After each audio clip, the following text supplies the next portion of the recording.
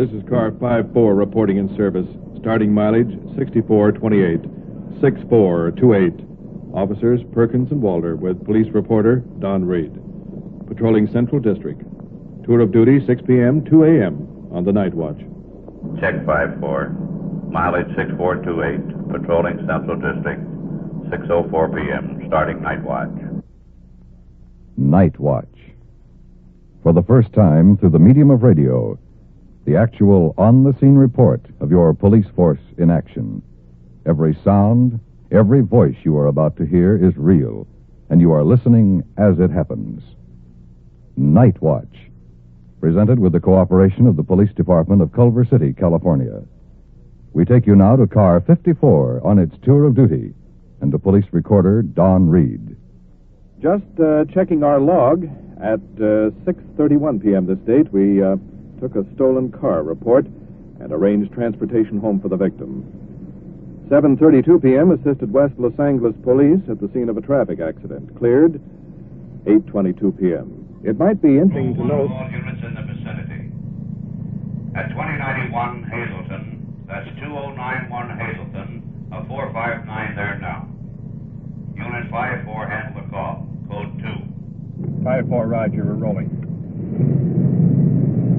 Well, there's our call. And a reported 459. That means a burglar. A burglar is in the house and has been sighted by some citizen or perhaps even the victim. We don't know. We have no further information on it. And we're taking off and moving as rapidly as conditions allow into the area. Now, code 2 is which we are running means we just have our red light on. We're not using a siren for quite obvious reasons. We don't want to tip off our presence. Our red light is pushing a few of the vehicles that are in front of us over. But still, again, there's a lot of people who don't see the red light or not watching for it. And, of course, we have to go rather carefully at times because we can't depend that they're going to definitely move over as the law requires. Now, one thing in particular that I can feel as we're running in here on these last few seconds, I can feel the tension that has suddenly come over the car. I know I personally feel it. A moment ago, we were cruising along. The conversation was casual, and suddenly comes this call, a burglar, which in the terminology of the police department, of course, is a 459. When this call came through, I could feel the tension mount. The officers suddenly squared away in the seat. There was an adjustment of equipment.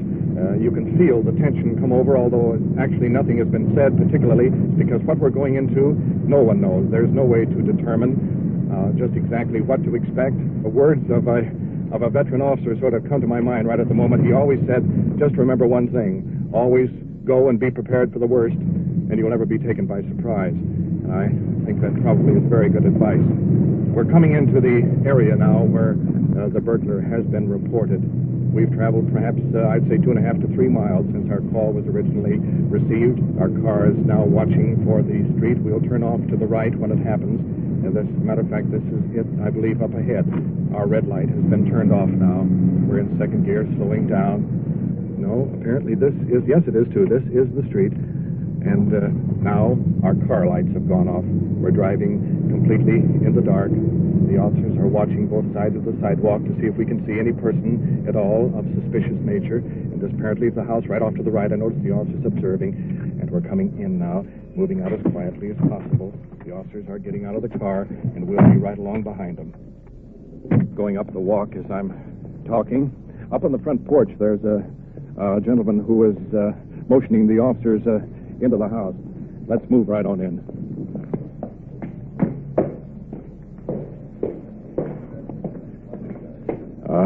Standing across from me in the bedroom door is a middle-aged woman clutching a bathrobe to her throat and appears to be in a very highly nervous condition. The officers are questioning her about the prowler. Let's move right on over. Whoever he was, he came in, and I went into the bathroom, and he was in this room, and I thought it was my daughter. And then I was in the bathroom, and he walked right in the bathroom, and I went to go out, and he gave me a shove. And I started screaming. Naturally, then my husband ran out of here, and my daughter just came in. Mm-hmm. See? And he was gone by the time she came back in. Could you tell me, what did he look like, ma'am? He was taller than you was, because he pushed me, and he had a white shirt on and a tie. Was he a young man, old Yes, man? he was a younger man, and he was drunk because he had alcohol in his breath, you know, and when he went to shove me, I screamed. And I was going to let me out of the bathroom, you know. And as soon as he pushed me, then I noticed he had gray trousers and a white shirt and a tie, and he was taller than you are. He was a younger fella, you know. Did he leave in a car?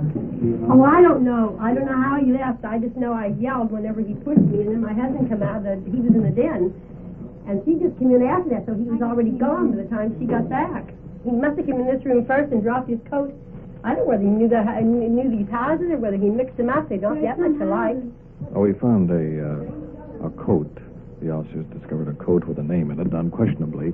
I'm moving out of the house now as I'm speaking, and that was the mother of you. Heard the description of it. I'm moving away now, and unquestionably we will go on an investigation and determine just who and what this man is. The officers now are checking to see if he is still in the neighborhood.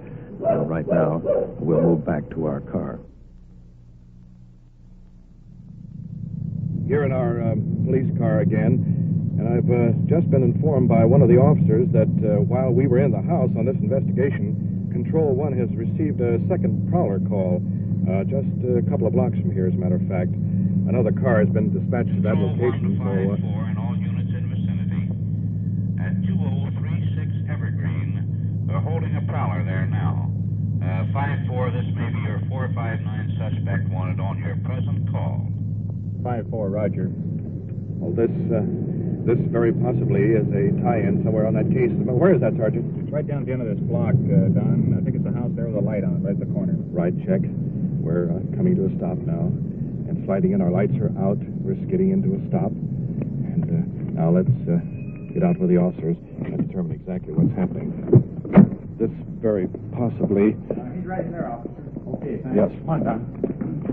Following the officers on into the house now, as we're going into the main room. And this very possibly may be the suspect that we're looking for.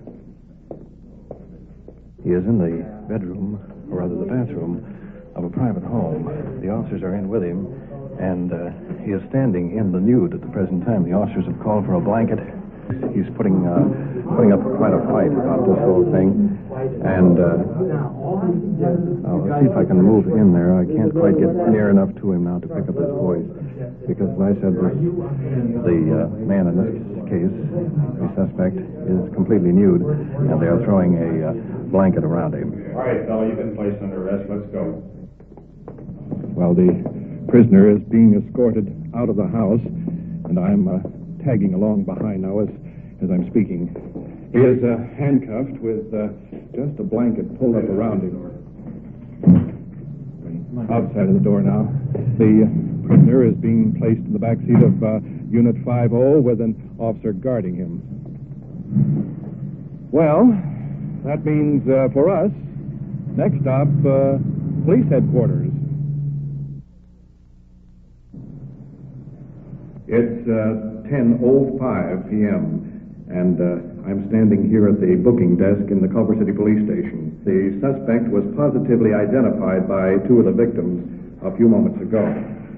The suspect is being brought out of the detention room now. You probably can hear the cell door open, and two of the officers are directing the prisoner toward the booking desk. And incidentally, he is still handcuffed, and his only clothing is that blanket pulled around him. Sergeant Perkins is about to book the prisoner. What happened tonight? What happened tonight? Yeah. How'd you get involved? Chapter, his name is Murphy. Your sergeant's name is I don't know what. Add the two together and you have how I got involved. How'd you get in that house down there? The house belonged to me, Sergeant. How about the other two houses? They too belong to me, Sergeant. You own them property, do you? Indeed I do. Where are your clothes? It's a very good question. Ask the sergeant here, or the officer. Well, we found you had no clothes at all. I beg your pardon? And we found you had no clothes On at the all. contrary, I had a pair of trousers and a pair of shorts when the officer here found me. Well, I was with the officer when he came in the place. Oh, in You were in here? the bathroom. No, I don't mean here. I mean in the bathroom of that house. Officer, may I ask you a question? Have you ever, in your house, this is your own individual house, ever gone to the bathroom without your trousers on? Sure, in my own house. Right. That house in which this particular officer and officer, was it a sergeant? There are about 5 or 6 properties in the city of Santa Monica that I own. Well, this is the city of Culver City, not the city of Santa Monica, and these people are signing complaints against you. Is that correct? Right. Okay, and I suggest that you check with the people themselves. Well, here is your property slip. Okay. For what property you don't have. You're being booked on suspicion of 459, which is burglary and attempt assault. Right. What? I say I am fully aware of that. Okay. Take his handcuffs off and put them on back there. Would I be going too far to ask for a pair of trousers? We don't have any. Our buddies are going to try to get some for you. Just a second, please. May I finish talking? Okay. You're the booking sergeant, is that correct? Right. Okay, now ask one thing. Would you do me one favor? What's that? Call District Attorney Los Angeles. Do you know the district attorney? No, not directly. Well, I'm sure that you wait till Monday morning then. No, I don't think so either. I think perhaps you better call him now. Take his handcuffs off and put them back yourself. That's good enough. Have you recorded all this? Okay, hang on. Sergeant, What is it? may I say one thing? I asked you, I made a request. We'll correct? call him Monday morning. Wait a minute. Before you go any further, I have committed no crimes. Remember this. I have asked for a request to call the district attorney, and you have said no, right? Take him back. That's all? Thank you. When you're demoted Monday morning, come see me. We have moved over here to the Nightwatch commander's office, where he and Sergeant Perkins have been conferring on the many reports necessary in this case. I think we're about ready to clear, right, Sergeant? In just a minute, Don. By the way, you might be interested in one or two other developments that have occurred. Really? A friend of the suspect came to the station a short while ago and brought some clothes for the prisoner. And incidentally volunteered the information that the suspect did not, to his knowledge, own any of the property he claimed he did during our interrogation. I see. And by the way, he also stated the prisoner had been a guest of honor at a stag party given earlier this evening. Really? Yeah, he was scheduled to be married tomorrow. You are listening to Nightwatch, the sounds, the voices of your police department in action.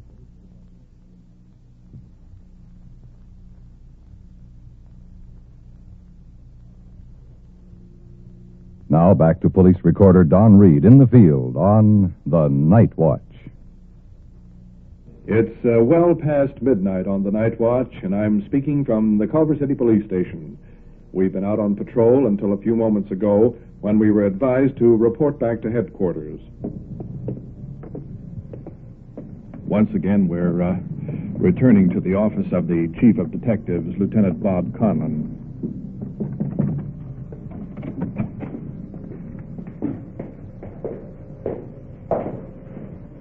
Hi, Lieutenant. Did you call me? Yes, Perkins. You know we had a homicide here a short time ago. Yeah, I heard most of the details about it. I'm working on another angle of the case, and we have two new witnesses. I want you to take their statements, then re-question the murder suspect. When you're finished, report back to me. Where are the witnesses? They're waiting in the next office. Right, Lieutenant.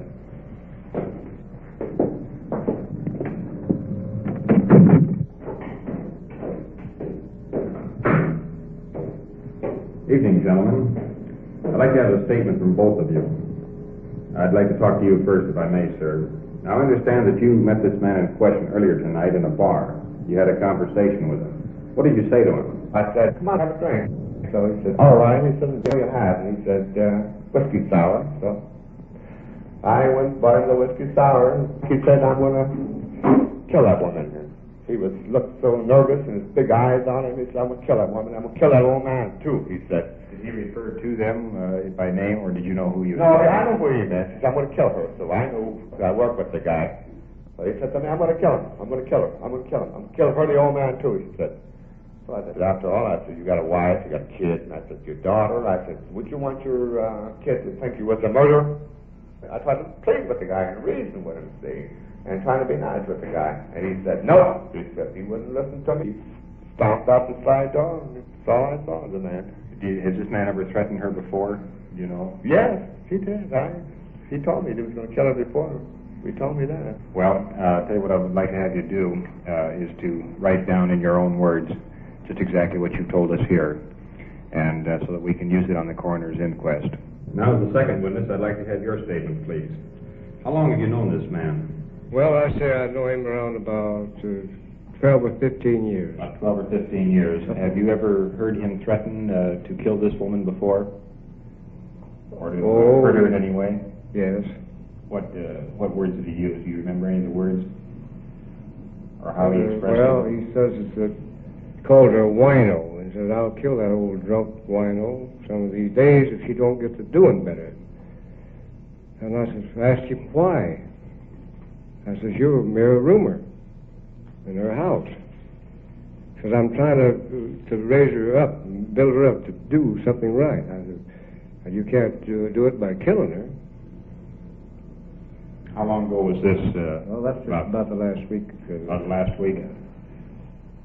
And what else did he say? He said to me, I think it was Thursday. He was going around after a while, walked around with a 2x4 as a cane. So he had come kind of a spell. He fell down on the floor like he had a heart attack. Well, I picked him up, and got him on his feet, and took him over to the first aid room and let him lay down on the bed. He said, that old bag of bones is the kill of my life. He says, she's a ruin. He said, I'm going to kill her. I'm going to kill her. It was the last thing I about do. I told him, I said, listen, I said, you've got 2 children. You've got a boy that's grown up. And you've got a girl that's about 12 years old. I said, don't you ever think about them? I said, why don't you walk up and do like I would do, or anybody else should do? He has committed physical violence on her before. Yes, yes. Well, I'll tell you what I'd like to have you do, if you'll do the same as this other gentleman, and just write down in your own words just what you've told us here, so that we can use it in the coroner's inquest. The 2 witnesses are going into another room to put their statements on paper. In just a moment, the suspect will be brought into the office. After listening to the statements of the 2 men, the irony of this case becomes apparent. As you noted, the testimony dealt with the man in question threatening to commit violence on a woman acquaintance. But in the subsequent chain of events, it was the man who was shot and killed by his woman companion. As a result, it is she that is being held on a charge of homicide. Glancing down the hall, I can see that the suspect is arriving in custody of a matron, and that means that Sergeant Perkins will continue the investigation. Can you sit down over here, please? Right here, ma'am. There you are.